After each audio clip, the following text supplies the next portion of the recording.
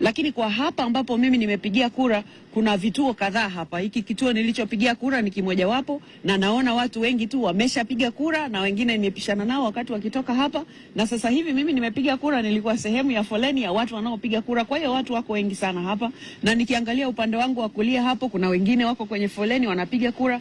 Kwa hiyo nitoe wito kwa Watanzania wenzangu, asubuhi mapema hii tujitokeze, twende tukapige kura, twende tukapige kura kwa viongozi ambao tunaamini katika miaka mitano ijayo watatuletea maendeleo, watatuletea ustawi, watatuletea amani, watatuletea utulivu wa Watanzania kujiletea maendeleo sisi wenyewe. Kwa hiyo nitoe wito wote twende huko. Lakini kwa habari ya kujitokeza watu, mimi kama mgombea wa ubunge jimbo hili la Uyole, ninaamini kwamba Uyole tutaongoza kwa idadi ya watu watakao kuwa wamejitokeza kwenye vituo vya kupigia kura, kwa sababu tumehamasishana sana, tumejihamasisha wenyewe, na kama waandishi wa habari mlivyopata kuona hapa, kwa kweli watu waliojitokeza ni wengi sana, na hiki ni kituo kimoja, tunaelekea kwenye vituo vingine. Hii yote inaonyesha kwamba upigaji wa kura unaendelea vizuri kwa amani na utulivu, na hakuna hapa mtu yeyote anayemtisha yeyote, hakuna kwa kweli. Kwa ni waombe Watanzania wote pengine waliokuwa na hofu hii na hile, sasa wajitokeze